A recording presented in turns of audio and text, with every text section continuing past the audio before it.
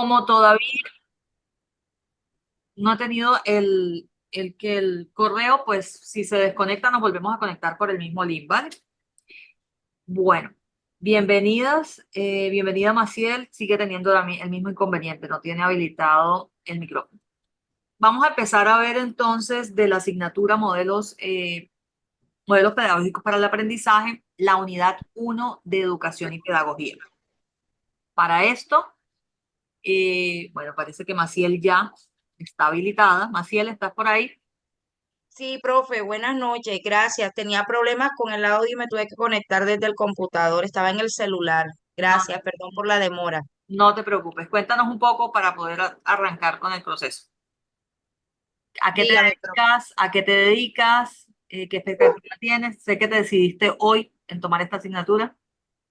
Sí, profe, yo soy docente de profesión, soy licenciada en educación y bueno, esta es mi primera experiencia de posgrado, trabajo tiempo completo en una escuela privada desde las 6 de la mañana y vengo llegando tipo 7, 7:30 a mi casa todos los días, trabajo hasta los sábados, soy ¿En qué madre. ciudad? Yo estoy acá en Barranquilla, pero yo trabajo en Soledad, en el municipio de Soledad, ¿En qué colegio? en el Colegio Metropolitano de Soledad 2000. Profe Jorge Torres. El rector Jorge Torres, sí, el gran maestro de Colombia 2014. Y pues Lo creo conozco. que ya tiene referencias porque No, lo conoce. sí lo conozco. Y trabajo allí tiempo completo, soy jefe de área allá, trabajo con la media vocacional en la tarde y en la mañana con los de quinto de primaria. Y bueno, con ganas de cualificarme, profe, cada día más y de ser mejor después de muchas cosas que a uno le pasan en la vida, pero cosas buenas. He decidido pues este año eh, avanzar hacia esa cualificación. Y nada, soy madre de dos exitosos hijos para la gloria de Dios, casada hace 31 años. Nada, eh, una mujer luchona, como digo yo, luchona. Todos queremos en este curso hijos como los de Maciel. Tengo un hijo que es docente de la Americana, docente virtual de la Americana. ¿Cómo se Ya llama? es ingeniero, el ingeniero Emanuel Gutiérrez, No, no lo decimos. del programa de ingeniería industrial, Es por ingeniería. Ok. por la ingeniería, sí. Y tengo una hija, bueno, mi hijo es ya casi magíster y una hija que acaba de recibirse de médico de la Universidad del Norte. Es doctora, está trabajando ahora mismo, bueno, y ahí vamos, ahí vamos. La idea es ser mejor, que nuestras generaciones sean mejores cada día. Los nietos, los bisnietos, los que vienen nos superen en todos los sentidos. Bueno, te felicito y espero que me le mandes un saludo muy especial al profe Torres, sí lo conozco Sí. personalmente. Yo soy funcionaria de la Secretaría de Educación del municipio de Soledad Mm, y tengo un gran afecto por el profe. El profe ha sido una persona muy importante en todo mi desarrollo profesional y bueno, estudié también con su hijo. También fui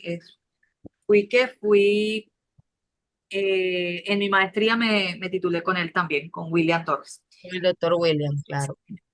Bueno, para que de pronto se contextualicen un poco de quién soy yo, ya les manifesté, trabajo en la Secretaría de Educación del municipio de Soledad, soy la encargada profesional de carrera docente, soy abogada y contador público, tengo especialización en Derecho Procesal, en Derecho Laboral, tengo una maestría en Neuropsicología y Educación de La Rioja, España, una en Derecho Administrativo de la Universidad Libre, una maestría en Innovación, Derecho Digital y Legal Tech de la Sergio Arboleda, con reconocimiento cum laude, y estoy actualmente como doctorante en Educación en la UPEL de Venezuela.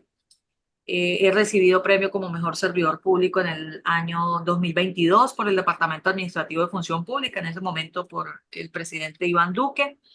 Y bueno, tengo ya experiencia en las dos profesiones de más de 16 años en el privado y 7 años en lo público.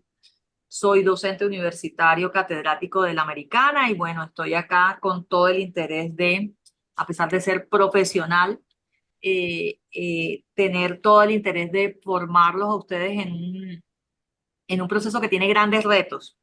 Soy la encargada en Secretaría de Educación de todo lo que tiene que ver con educación media, educación superior, además de mi profesión como profesional en carrera docente. En ese orden de ideas, mi interés siempre ha sido la transformación digital del derecho. La transformación, disculpen que mi hija se atravesó. La transformación digital del derecho desde el ámbito de la educación. Por eso todo mi quehacer profesional ha sido en pro de desarrollar nuevas competencias de nuestros docentes. El enfoque que actualmente estoy desarrollando, como para contextualizarlos también, es que la educación y la ley estatutaria tenga una transformación fundamental, disminuyendo las brechas de desigualdad y el desequilibrio que se presenta en la política pública en el acceso a la educación. Desde el tránsito, entonces prácticamente en ruta de mejoramiento en Soledad hago ese proceso, llevar todo lo que se pueda en cuanto a alianzas estratégicas de entidades públicas y privadas para que los muchachos tengan más oportunidad. Esa es mi vocación y hago el apoyo en toda la parte tecnológica por la formación en innovación, derecho digital y legal tech. Soy creadora de contenido, tengo un canal de YouTube que busco que los ciudadanos se empoderen de sus derechos y los docentes cada vez tengan mejores oportunidades para el desarrollo de sus quehaceres profesionales y licenciados. Hago la claridad por lo que la compañera nos manifestaba hace un momento. Bueno, entonces vamos a iniciar el proceso. En esta clase vamos a hablar, permítanme un momento, cierro acá porque no me van a dejar, discúlpenme, tengo una cantidad de grupos de los, de los que soy docente y entre eso y el trabajo colapsa el WhatsApp. Entonces no nos va a dejar el sonido. Bueno, vamos a hablar un poco de la educación, pero para partir de la educación debemos entender que este es un proceso, como lo dijo Maciel hace un momento, un proceso constante. Todo el tiempo estamos en una formación permanente que inciden,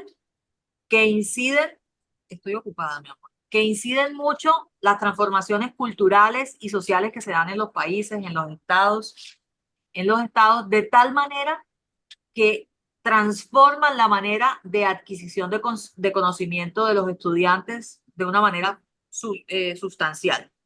Actualmente en la educación tenemos una generación hiperconectada que no está contemplado en nuestra Constitución, que no está contemplado en todas las normativas y directivas ministeriales.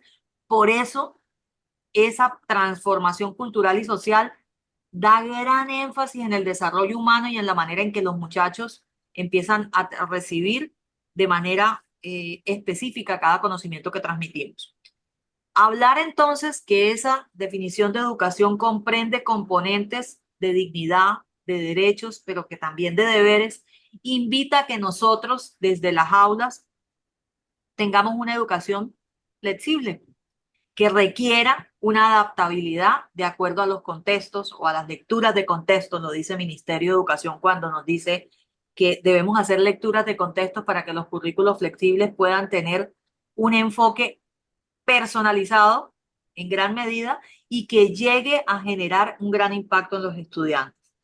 Por eso, en la Constitución, en el artículo 67, hay una denominación de esa definición de educación que es ya un poco más amplia, pero que nosotros cuando la leemos y la digerimos y la entendemos y discernimos sobre ella, decimos que realmente sí comprende todo, pero nosotros tenemos que empezar a desligar una a una cada uno de sus componentes. Mire que dice que la educación es un derecho de la persona, que es público, aunque se presta en el privado, porque lo público indiscutiblemente no tiene la capacidad de poder cubrir todas las necesidades y que tampoco las da con la misma calidad. Muy personalmente lo digo siendo servidor público. Pero que además cumple una función social de transformar, ¿qué? Transformar los tejidos sociales. El futuro se encuentra en esas instituciones educativas. Por eso hace poco conversábamos sobre, en un foro con personas muy dadas en educación, en donde les decíamos que la transformación, por ejemplo, de los gestores escolares en paz empieza desde el aula. No podemos hablar de gestor de paz en las calles. No podemos hablar del gestor de paz si no tenemos una cultura de paz en el aula. Y eso hace parte de esa función social. Acceder al conocimiento, a la ciencia, a todo lo que compone esa área técnica, es una obligación del Estado. Disminuir las brechas de acceso, facilitar los puentes, por eso la articulación en la media es fundamental en la ley estatutaria hoy en día. Estoy ahorita, ahora por favor. Entonces, esos bienes y valores que culturalmente nos entregan son sustanciales para poder determinar la importancia y relevancia del proceso educativo que cada uno de ustedes desarrolla desde diferentes roles. No podemos entonces desligarnos de qué es el sistema educativo en Colombia, cómo está conformado. En ese orden de ideas quiero mostrarles un poco a través de este diagrama de qué manera nosotros a través del sistema educativo colombiano podemos transformar en diferentes niveles e ir aportando ese proceso de transformación. Cuando hablamos de la educación inicial, indiscutiblemente hablamos de ese desarrollo integral del niño y de la niña desde el nacimiento hasta cumplir los 6 años, partiendo de ese reconocimiento del contexto, de las características en las que ese niño vive, de esas particularidades en las que él tiene interacción. No podemos decir, y me voy, ya que algunos conocen el entorno en Soledad, no podemos decir que es lo mismo un estudiante, por ejemplo, del Metropolitano, a un estudiante de Cavica, que está pegado a la, o de 1 de Mayo, o de las zonas en donde tienen unas condiciones diferentes, desde lo cultural, desde lo social y desde lo familiar. Entonces, esas experiencias pedagógicas deben tener un elemento transformador.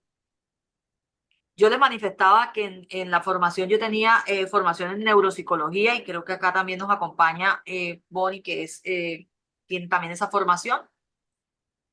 Acá parece que se me va. Si se cierra la sesión, vuelven a entrar nuevamente para que hagamos nuevamente la grabación.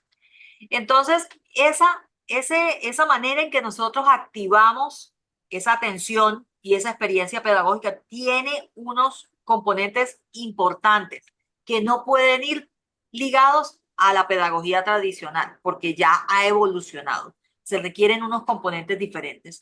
Por el contrario, en educación preescolar, que es una de las apuestas que tiene el gobierno nacional, va desde primaria de 5 grados y en secundaria los 4 grados, pero que a su vez ese tránsito busca que el niño de 6 años tenga un desarrollo que tenga otros componentes adicionales, además del cognitivo, que tenga un desarrollo de aspecto biológico, psicomotriz, que es fundamental para mirar el desarrollo en las aulas, que tengamos un componente socioafectivo y espiritual que complemente ese aprendizaje de tal manera que el niño se sienta con interés de ir al aula y no con el interés de desertar. Esto se los quiero plantear porque fue también mi tesis de maestría en la que quise estudiar el componente de la memoria temporal o la memoria de trabajo que los alumnos tienen en los grados quinto y cómo esto con la atención es fundamental en el rendimiento académico. O sea, la incidencia de estas dos variables para poder determinar lo que hoy en las aulas y en la universidad lo vemos, y lo vemos como un gran impacto de grandes profesionales que tienen dislexia, discalculia, disgrafía y que no conocen o no tuvieron un diagnóstico desde la edad de preescolar y de primaria para poder determinar el componente de cómo manejar. Por el contrario, ya en educación media, entonces ya es la culminación, es a lo que nos dedicamos, es el área en la que a mí más me apasiona, porque dentro de todas las particularidades, yo soy desplazada y no tenía oportunidad de estudiar. Y se dan cuenta todo lo que hice en más de 20 años dedicándome a formarme y quiero dar la oportunidad de que los muchachos tengan ese tránsito de la media educación superior y que no tengan, o sea, que el límite sea su deseo de escoger, más no el límite de acceso. Entonces, este es un área que me apasiona mucho porque yo digo que si los estudiantes los tuviéramos más formados en competencias blandas que les permitan desarrollar su proyecto de vida a través de educación media, técnica, tecnológica y llegar a la profesional, la transformación del país sería fundamental. O sea, para mí es una herramienta indispensable. Por el contrario, entonces, en el sistema educativo encontramos la educación superior, donde nos encontramos hoy en día, donde tenemos educaciones para el trabajo y el talento humano, que son todas estas formaciones de ETDH o por competencias que les permiten también desarrollar habilidades para el trabajo como tal. Encontramos las maestrías, los doctorados y las especializaciones como la que estamos cursando. Dentro de las apuestas del Plan Nacional de Desarrollo Colombia, Potencia Mundial, una de las grandes apuestas es la educación inicial, teniendo en cuenta que ya empezarán entonces a transformar las bases y el cimiento de las futuras generaciones. ¿Por qué?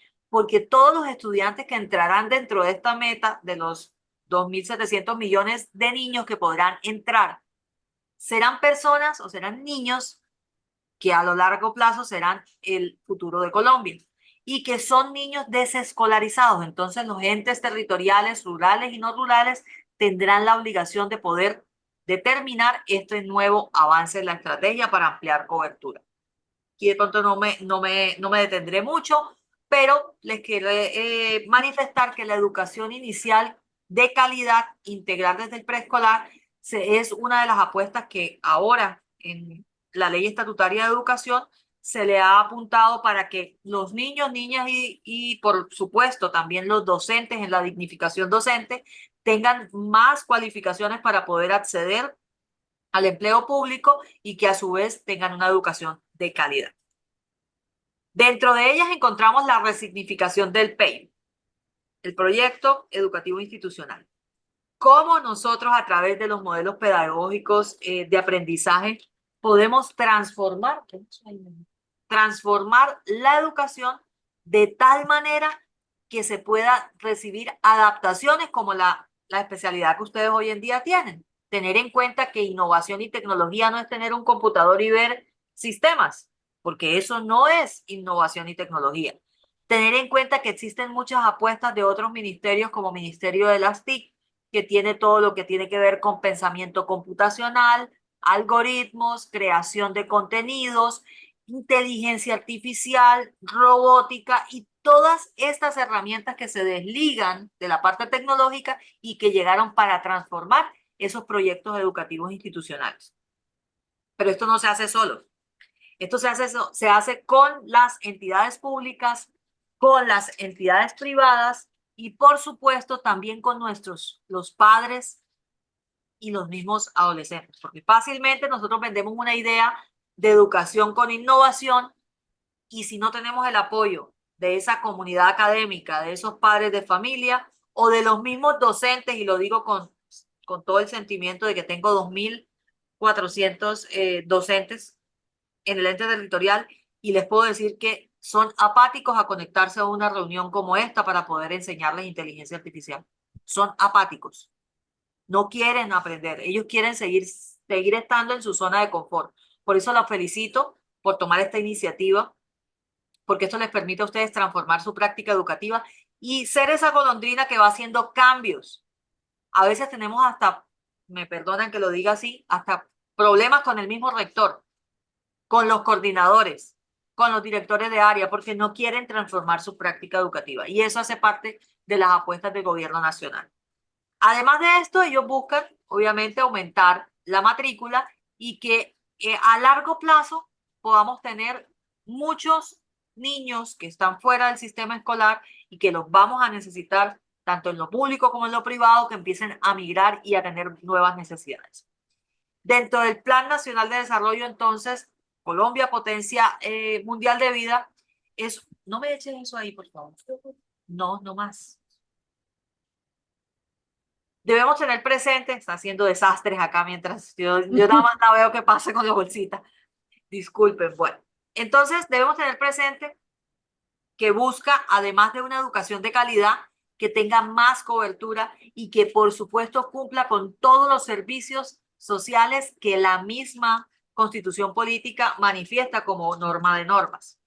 En ese orden de ideas, busca que todos los programas, proyectos y estrategias, para allá, mi amor, tengan gran componente en 12 principales apuestas. Esto hace parte de lo que se denomina los mandatarios, un PDF que les voy a dejar colgado en la página para que ustedes vean cómo el ministerio les indicó a los gobernantes que debían realizar, los mandatarios se llaman, que debían realizar sus planes de desarrollo territoriales enfocados a esas 12 apuestas y que a su vez esto les permitirá desde la educación inicial poder llegar a una educación superior.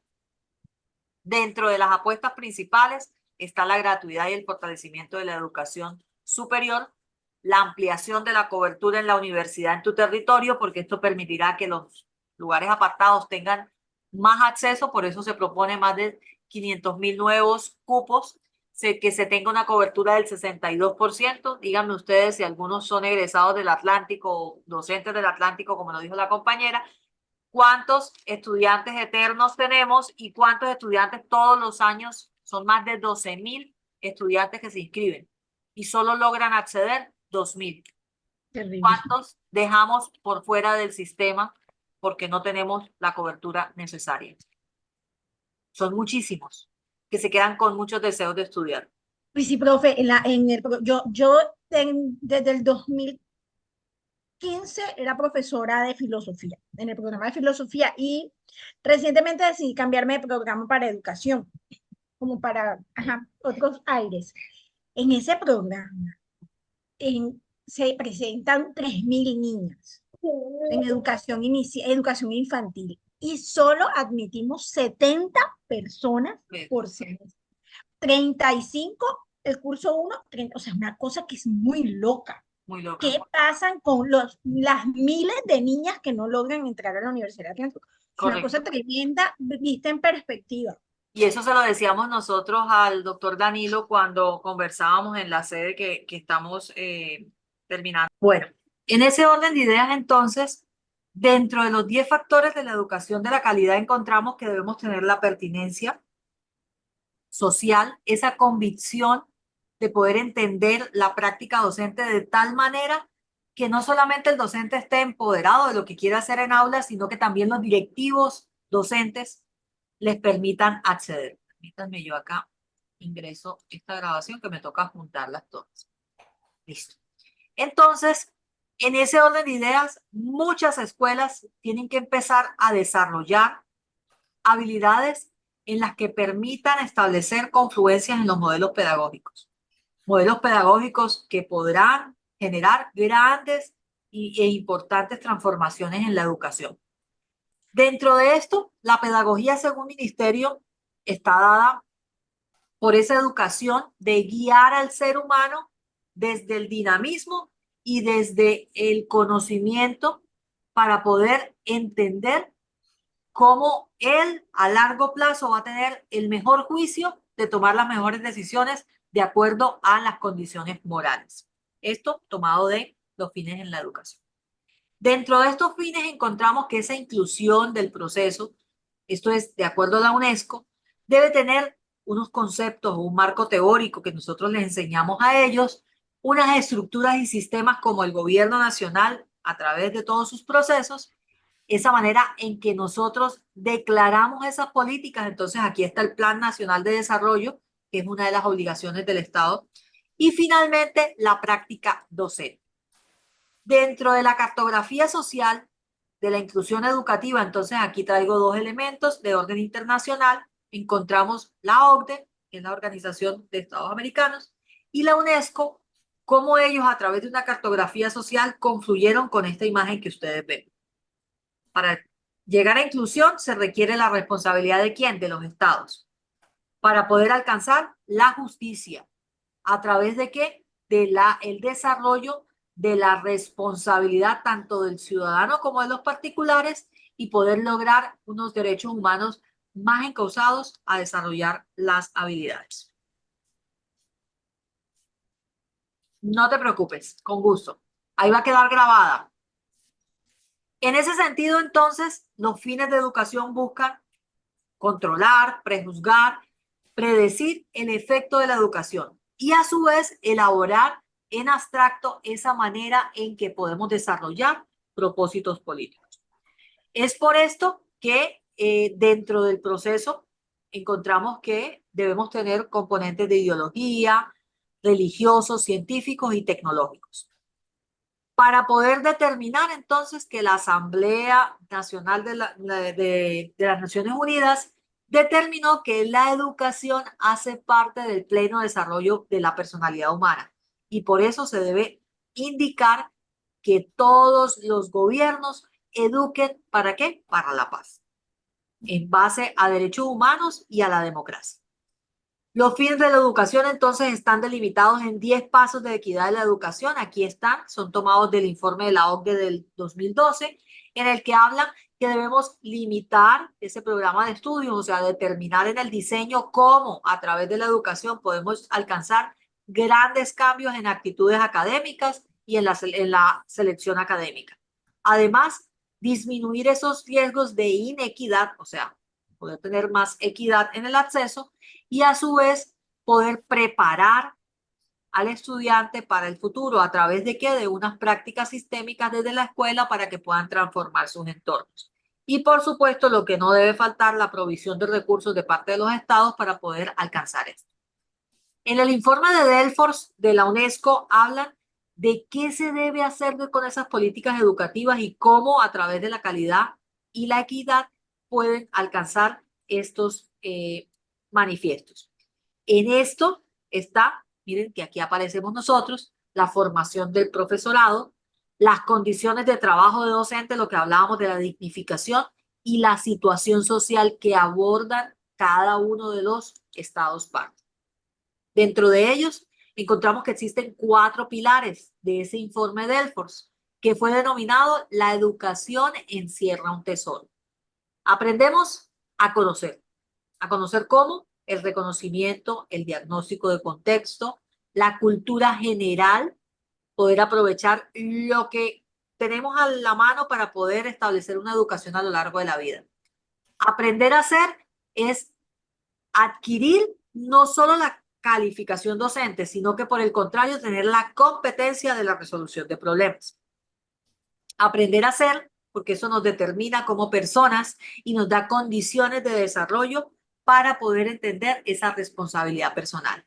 Y aprender a vivir, porque a través de esas competencias que entregamos, podemos percibir cómo ellos logran tomar decisiones a través de su independencia, a través de una comprensión mutua. La educación de este 2030 está enfocada a docentes calificados, a una implementación de políticas muy prácticas que tengan el ingreso a la profesión, unas políticas curriculares, unas tutorías guiadas y una evaluación. Y por el contrario, que tengamos el conocimiento de las tecnologías y la educación para garantizar ese objetivo de desarrollo sostenible, garantizar la educación inclusiva de calidad y proveer un aprendizaje para toda la vida de todos y todas. Por el contrario, entonces, la ley estatutaria tiene estos cambios. Antes era transición a partir de 5 años, ahora es a partir de 3 años, prejardín, jardín y transición. Tenemos avanzar en la universalidad de los derechos a partir de los 0 años. Tener en cuenta que el derecho a la educación tiene también una obligatoriedad para poder trascender a la media, poder tener más escuelas normales en los centros territoriales, tener y rescatar esa educación propia de todos los indígenas, de todas las comunidades que tienen un componente diferente en la formación. El reconocimiento de esa educación rural y, por supuesto, tener en cuenta esas personas que han sido marginadas como privadas de la libertad, condición de discapacidad, las víctimas del conflicto y los grupos étnicos que requieren una gran apuesta. Y aquí finalmente encontramos nuevamente las estrategias CRECE, que hablan de esa formación en artes, cultura, deporte, ciencias, tecnología, innovación y formación en ciudadanía. Hasta aquí la semana 1. ¿Tienen alguna duda? Cuéntenme. Les voy a compartir ahora el link de asistencia. Permítanme para que lo puedas. ¿Tú tienes contacto con tus compañeras? Sandra,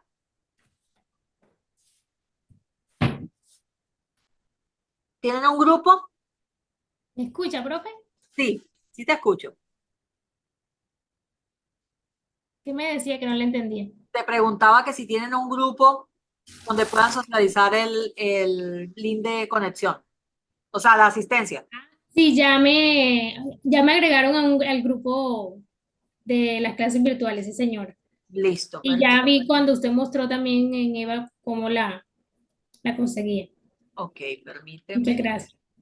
Permíteme, te voy a compartir por acá para que por favor me les envíes y los que se conectaron, que no se me coloquen los que no se conectaron, porque yo obviamente me voy a dar cuenta. Que por favor me llenen el Google Forms de asistencia, ¿vale? En ese orden de ideas, como lo dijiste, son más de 16.000 y nosotros le manifestábamos al doctor Danilo que la oferta educativa era insuficiente y que en ese sentido nosotros requeríamos el apoyo o de otra universidad pública o de ampliar la cobertura con respecto a universidad, ese proyecto de Universidad Tu Territorio con universidades privadas que ofrezcan un diferencial importante en los territorios y que permitan el acceso tanto virtual como presencial, porque es muy claro que no todas las universidades tienen un soporte como el que tiene, por ejemplo, la americana. Tener virtualidad, presencialidad y el híbrido, porque tú puedes ver materias presenciales y virtuales o estar solo en virtualidad. Entonces, en ese orden de ideas, la reforma busca esa cobertura en los territorios a través de la... Gracias. ¿A través de qué? A través de modificar esa reforma a la educación superior en la ley 30, la ley 115 y la 715. Esas tres normativas tendrán un gran impacto en este gobierno nacional, en donde busca que esa educación superior tenga una transformación.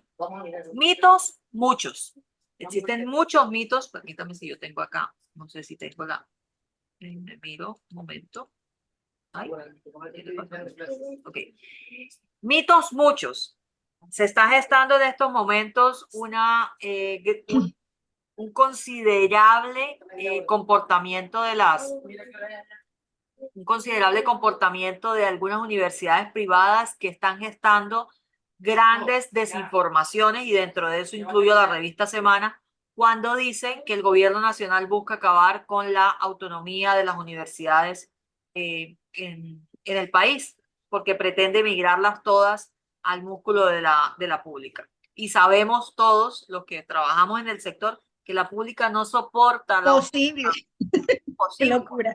o sea, eso es loco. Y les voy a compartir, apenas me unan al grupo, les comparto la nota de la revista Semana en donde dicen que están violando la autonomía universitaria. Dentro de eso está también el Plan Nacional de Espacios Educativos o Centros de Vida Comunitaria, que busca tener multicampos que les permitan a través de nuevos espacios crear nuevas universidades en los territorios y dentro de eso ya hay una cantidad de sedes que la ministra Aurora está impulsando.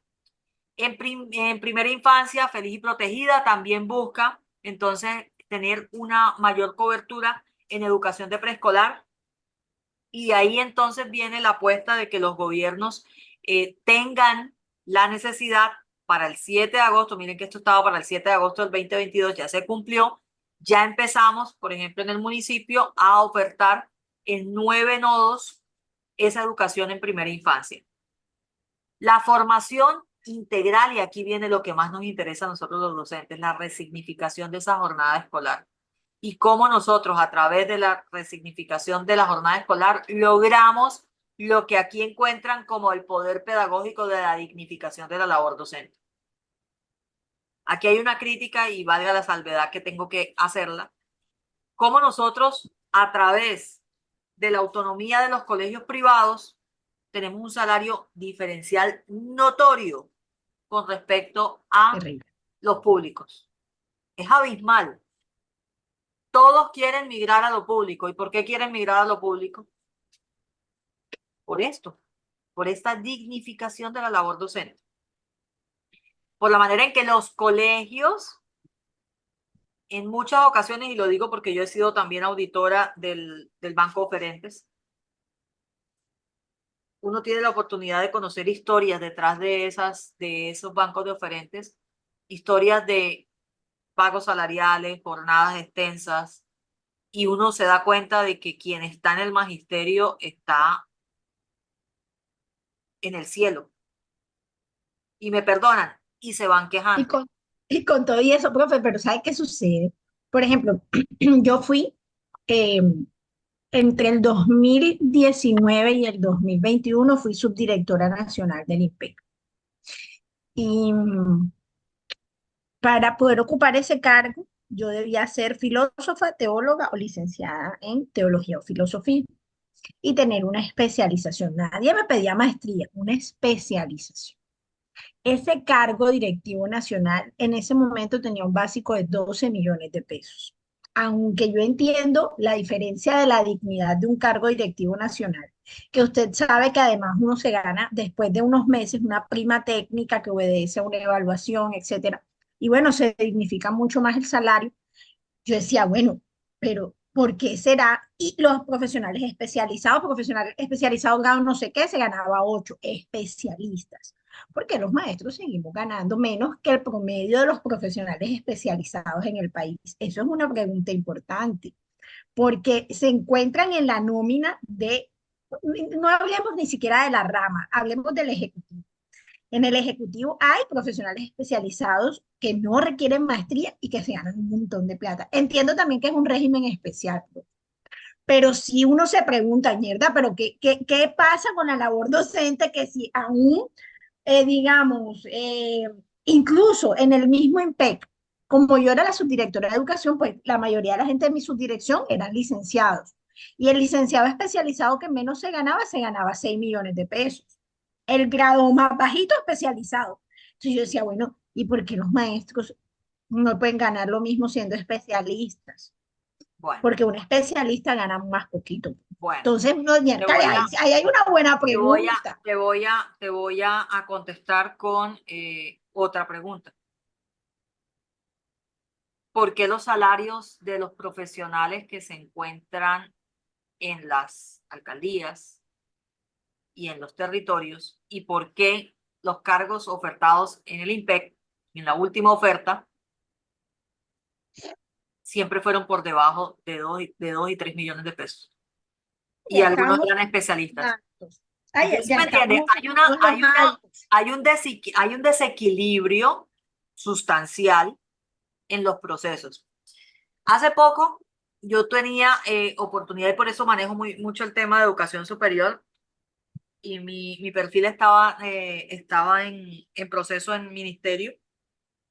Por situaciones personales no tomé la vacante, era un libre nombramiento también, pero yo empecé a entender un poco eh, el por qué la dignificación docente va más allá del tema salarial, porque la dignificación docente va desde la jornada escolar, desde lo extraescolar que les asignan y le tienen que llegar a desarrollar y eso no se cuenta dentro de la jornada, eso es extra, eso es Ujú.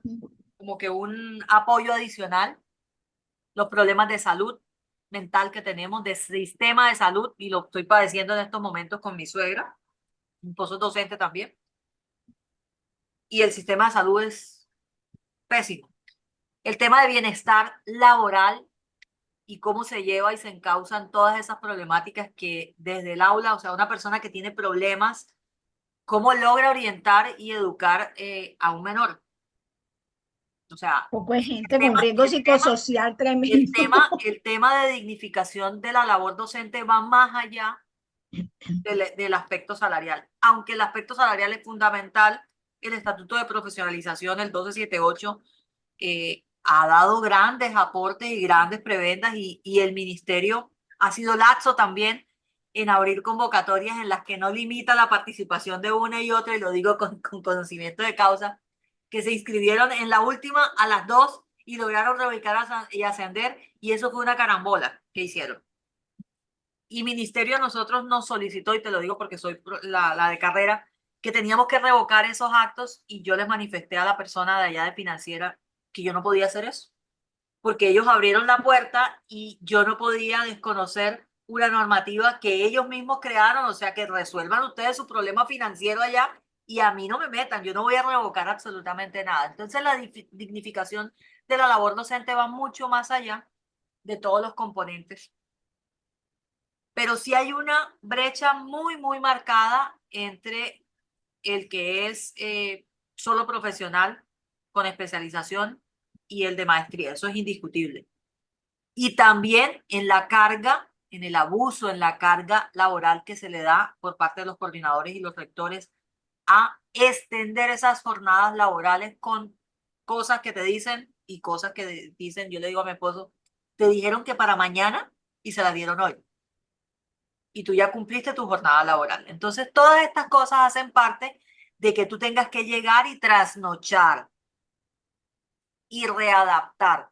El que tiene muchos años en el proceso educativo fácilmente dice, no, esa es la misma guía del año pasado y le cambié el año. Y no, ya hoy en día no es eso. Profe, ¿sabes qué también es diferente? O sea, que a mí me impacta mucho que tengamos que cualificarnos con nuestros recursos. O sea, si bien es cierto, de un tiempo para acá hay convocatorias como de maestrías, los entes territoriales hacen unas convocatorias de cualificación.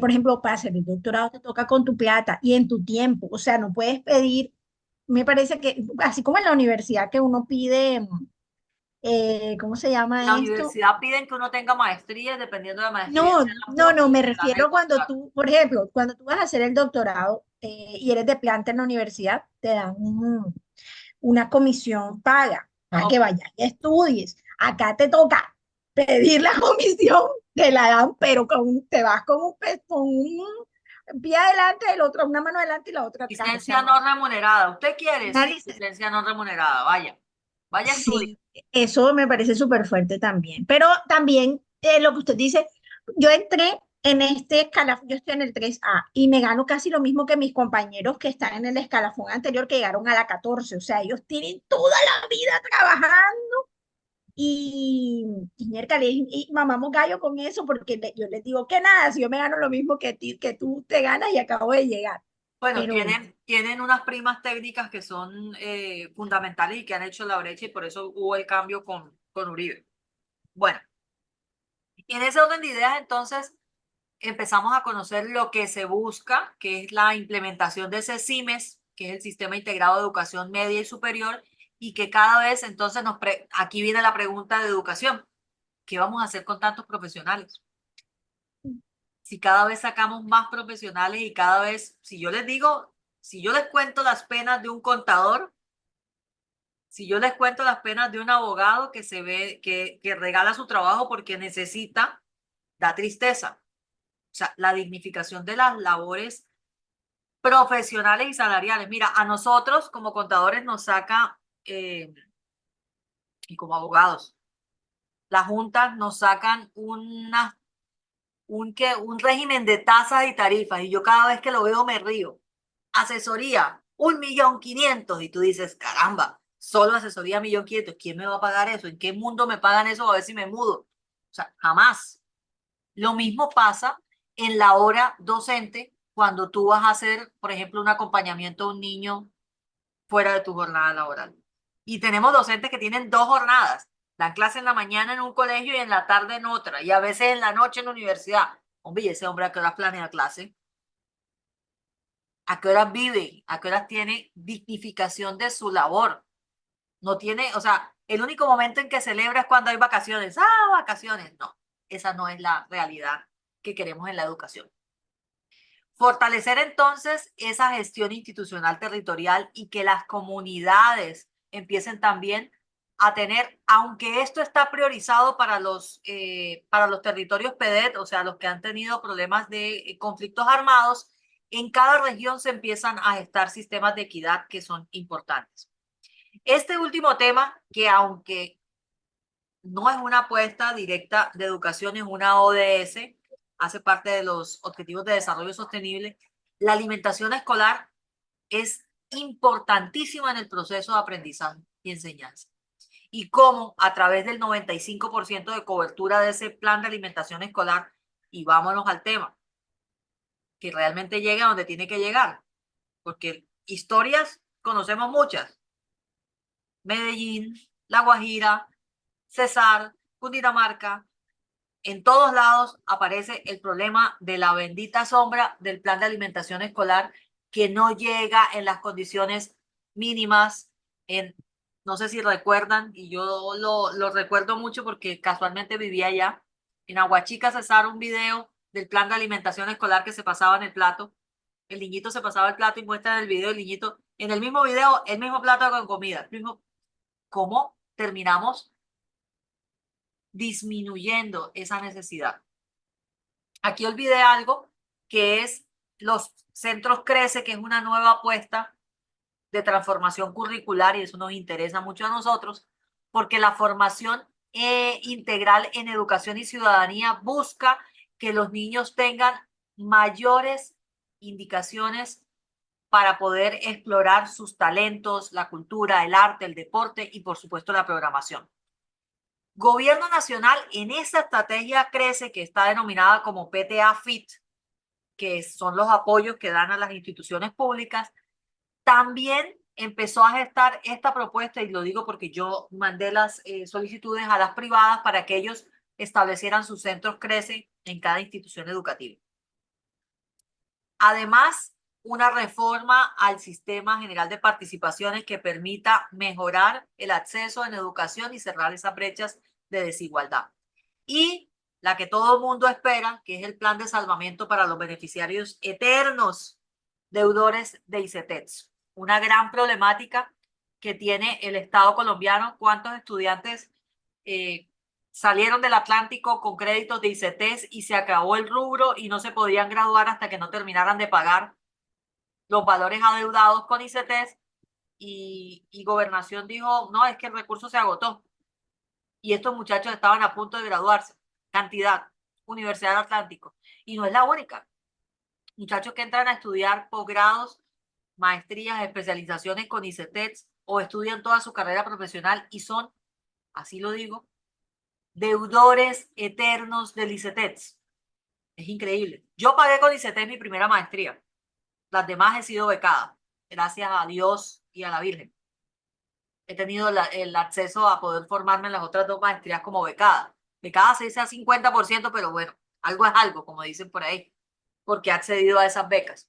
Entonces, ellos por excelencia académica, por pago anticipado y por compensación social podrán tener.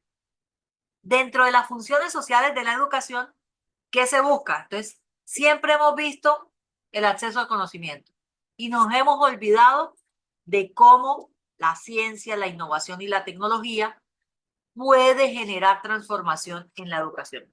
Entonces, aquí viene un tema. Dentro de los fines sociales de la educación, encontramos que obtener competencias técnicas, competencias para el desarrollo del trabajo, es importante también dentro de la educación, porque en ocasiones ustedes no requieren una formación en especialización, sino conocer cómo hacer algo para transformar la práctica. Por ejemplo, si yo les digo en estos momentos, tengo cómo ofrecerles una formación en inteligencia artificial para poder mejorar sus planeadores y tener más acceso a información de calidad, no con ChatGPT, sino con otras que también existen. Y tú dices, hombre, esas competencias me hacen falta, porque me pueden agilizar los procesos y en lo que me demoraba más pensando, desarrollando, la inteligencia artificial va a ser una mano amiga que me va a permitir no dejarle todo. Eso hace parte de cómo la ciencia, dentro de los fines sociales de la educación, te mejora el desarrollo automatizado de tu labor diaria. Dentro del acceso técnico, entonces encontramos cómo pueden acceder inicialmente a la formación técnica. El acceso a bienes tiene que ver en que la educación obviamente cierra las brechas de la economía y la informalidad para poder generar más adquisición. Y los valores de la cultura, cómo la educación nos permite transformar las nuevas generaciones. Ahora, dentro del papel de la educación en el desarrollo humano, entonces lo hablábamos desde un principio, no es solamente formar cognitivamente a estudiantes brillantes, es formar a estudiante en la resolución de problemas para que de manera efectiva pueda tener un gran futuro, pueda enfrentarse de manera razonable a un gran futuro. Dentro de esta educación para el desarrollo humano, busca preparar al hombre para los nuevos retos. Entonces yo les digo, es lo mismo un currículo o un programa o una clase magistral de hace 15 años a la que hoy se da. ¿Consideran ustedes que se puede dar lo mismo? ¿De la misma manera? Si tenemos nuevos componentes, nuevas prácticas, nuevos retos, no debería ser el mismo, ¿cierto? Porque, por ejemplo, les voy a dar un ejemplo básico. Nosotros en la formación, y bueno, voy a decir dos formaciones. En la formación de civil, cuando veníamos con los profesores en Derecho, empezaba el profesor a hablar civil, persona, la capacidad de la persona, y nos recitaba esos códigos que ustedes ven allá al fondo. Nos los recitaba, literal, y nos evaluaba recitando ese código. La Constitución, norma de normas. Y entonces, ¿de qué manera hoy en día no puedo entrar a un aula de clase repitiendo lo que la norma dice si ustedes para qué se conectan si la pueden leer? Tengo que transformar la manera en que el estudiante puede usar ese conocimiento para poder mejorar su día a día, su práctica laboral, su práctica docente, su desarrollo de competencias. Y por eso el papel de la educación transforma de manera sustancial la calidad de vida y la proyección de un futuro de estos estudiantes. Encontramos entonces que la educación está asociada a esa identidad cultural, a mejorar el futuro de ellos y de sus familias, a tener unos beneficios que generación tras generación va cambiando. Generar entonces cómo difundimos esos valores, habilidades y aptitudes que permite transformar ese comportamiento ciudadano. Y si vieron que nosotros aquí adelante hablábamos de la necesidad de tener competencias de carácter social y que a su vez logren transformar esos valores. Y aquí lo veíamos en las apuestas.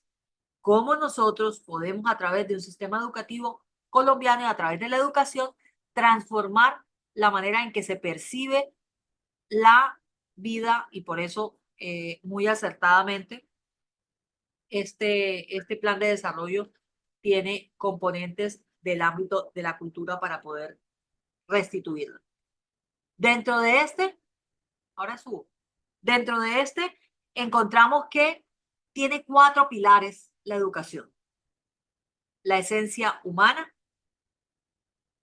cómo logramos formarla, desarrollarla y a su vez moldear la personalidad de los alumnos. ¿Cuántos alumnos tenemos en las clases que tienen un comportamiento distractor, agresivo y que el docente en su práctica termina transformando esa visión de estoy castigado del colegio? Como algunos dicen, no, a mí me mandaron acá porque mi papá no me quiere en la casa y estoy castigado. Y entonces uno en el aula empieza a transformar esa visión de por qué estás acá, qué te voy a dar yo acá, qué herramientas vas a tener para poder trascender. Entonces, dentro de los pilares encontramos aprender a conocer, aprender a ser, aprender a convivir, pero a su vez tener ese mecanismo de relaciones positivas para poder trascender en la comunidad. Ahora bien, ya dijimos que era educación. Ahora entonces, ¿qué es la pedagogía? ¿Cómo la pedagogía ante ministerio busca brindar orientaciones para poder formar al estudiante de manera adecuada? ¿A través de qué? A través de utilizar la ciencia y los valores del ser humano. Entonces, la pedagogía hoy en día, en plena disrupción tecnológica, nos invita a nosotros como docentes y ahora, ¿cómo reaprendo? Y ustedes dirán, pero a esta edad yo, o a estos años, o ya estando en el magisterio, o ya con trabajo o empleo, ¿yo qué voy a aprender? ¿Qué voy a reaprender? Mucho.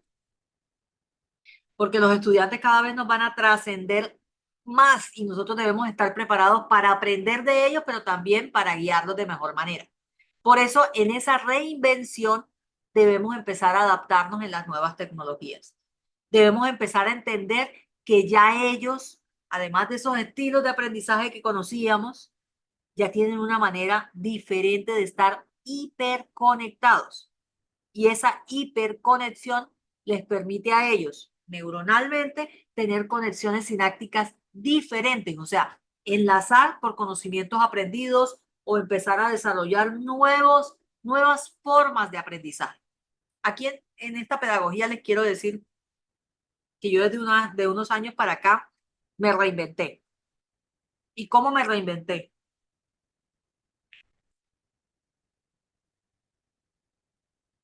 Yo dije, bueno, yo voy a ser contadora y abogada del montón y voy a ser como todos mis amigos dedicada a lo público y ya, y diciendo que este cargo público me va a durar eternamente y soy provisional, porque soy provisional. Me va a durar eternamente y aquí me atornillo y este es mío o cambio el chip. Y empecé a manejar una nueva manera de aprendizaje. Mientras yo estoy desarrollando y desarrollé habilidades, mientras yo estoy desarrollando una actividad, yo soy muy auditiva, me conecto con una diadema o unos iPod. Y tengo de 2 y de 3 por si se me descarga uno, me coloco el otro. ¿Para qué? Para poder estudiar las nuevas tendencias tecnológicas, no solamente del derecho y no solamente de la contaduría, sino del desarrollo humano en el aula. Y empecé a buscar cursos gratuitos, autoaprendizaje, y empecé a adaptarme a esas nuevas tecnologías. Hoy en día soy docente de inteligencia artificial, doy conferencias, ya asistí al tercer foro internacional de inteligencia artificial. Mañana casualmente viajo a representar a mi jefa en el Congreso Nacional de Secretarios de Educación en una mesa en la que voy a hablar de inteligencia artificial y la práctica docente y cómo las TIC son un elemento transformador. Y como les dije, las TIC no es tener un computador, no es saber manejar Word, es estar preparado para las nuevas prácticas que en aula se requieren y que en gran medida facilitan el trabajo para eso que les dije hace un momento, la jornada escolar extendida de ustedes diciendo tengo que planear. No se me ocurre nada para evaluar a estos muchachos con didáctica. Ya usé todo. Ya usé el ping pong pan, la pelotica que se la pasan, ya les puse una sopa de letras. Para eso está la inteligencia artificial, para que a través de los buscadores puedan ustedes acceder a información que en la pedagogía y la didáctica genere una sinapsis con esos estudiantes, porque cada población es diferente. Hay niños que les gusta el fútbol, hay niños que les gusta la danza, hay niños que les gusta la música, y nosotros debemos co-crear actividades con pedagogía direccionada a que esas nuevas tecnologías les permita a ellos desarrollar. ¿Cuántos de ustedes dirían cuando yo les dije soy creadora de contenido? No, a mí me daría pena. Algunos dirían, a mí me daría pena hacer un audio y si me equivoco, no importa.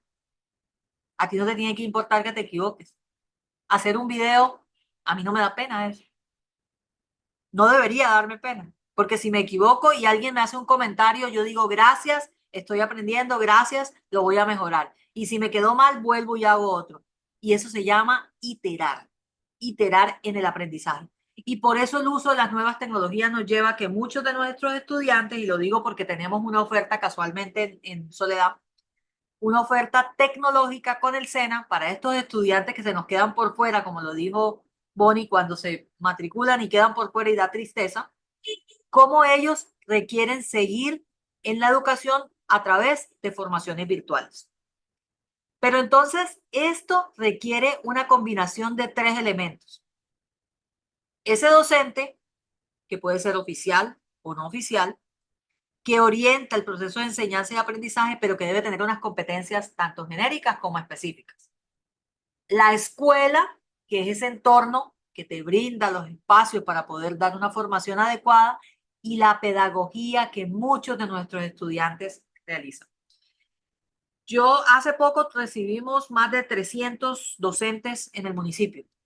Y como lo dijo la compañera hace un momento, la mayoría son profesionales. Cuando les dije que tenían que hacer el curso de pedagogía para licenciados, me dijo, no, pero si yo tengo una maestría, tienes que hacer un curso de pedagogía para profesionales no licenciados. ¿Que la especialización te da esos componentes? Sí, pero si yo te la asigno como salario, no te la puedo valer como curso, porque son dos componentes diferentes del decreto 1075. Por lo tanto, adquirir competencias pedagógicas no es para todo el mundo. ¿Cuántos de ustedes han escuchado que muchos de los docentes que entraron ya renunciaron? No duraron ni un mes. No estaban preparados para esto. Esto es de vocación. No cualquiera es docente, no cualquiera se aguanta a los estudiantes gritando, pataleando, con problemas. El disociador hasta los amenazan en aula. Entonces, ¿cómo este proceso de formación de los estudiantes requiere un trinomio? Si no tenemos esto, nosotros no podemos desarrollar un proceso de enseñanza-aprendizaje interesante. Dentro de esas competencias genéricas encontramos entonces que, además del conocimiento, debe saber cómo resolver un problema. Debe aprender de sus propios errores. Debe conocer, autoconocimiento social, de en qué entorno está llegando. Muchas de las vacantes que se daban en los entes territoriales eran lo que, y lo digo abiertamente, las vacantes que nadie quería, los sectores que nadie quería acceder. Y estos docentes se enfrentaron, unos muy hábilmente se quedaron, otros se fueron y renunciaron porque no lograron autoconocer ese lugar de trabajo. Y la motivación se fue al piso.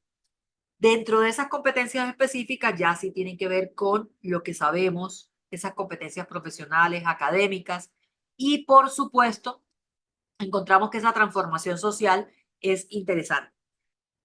Yo les quiero decir cuántos de nuestros docentes son magíster y son doctorantes o doctorados ya, y esa formación la aplican en aula. ¿Cuántos creen ustedes que a nivel nacional estudian los del 1278 por salario? Porque los del 2277 no me hacen doctorado. Y lo digo abiertamente, no me lo hacen. Ellos van a hacer una especialización y ascendieron. Pero los del 1278 desarrollan competencias específicas para transformar el aula. Los entes territoriales conocen esas tesis doctorales o se vuelven libros eternos en las instituciones educativas ahí llenos de polvo y de comején. Muy pocos muestran esas competencias específicas adquiridas desde lo profesional para poder transformar las escuelas. Algunos sí, no lo digo, pero no son visibles. Imagínense que nosotros podamos hacer un proceso de resignificación de las tesis doctorales y de maestría de todas las instituciones educativas para poder establecer cuáles son significativas y cuáles puedo desarrollar. Entonces, desde lo público y lo privado, empezar a hacer transformación. Esa transformación, entonces, tiene muchos elementos que van a dar lugar a las competencias necesarias para ese docente. Dentro de las teorías pedagógicas, entonces, encontramos que los docentes tienen todas esas directivas ministeriales que en ocasiones, y lo digo abiertamente también, muchos de los públicos me indican que si la directiva ministerial les aplica a ellos. Por supuesto que les aplica a ellos. Ministerio de Educación Nacional también rige para los colegios privados. La autonomía no invita a que desconozcan las normativas nacionales.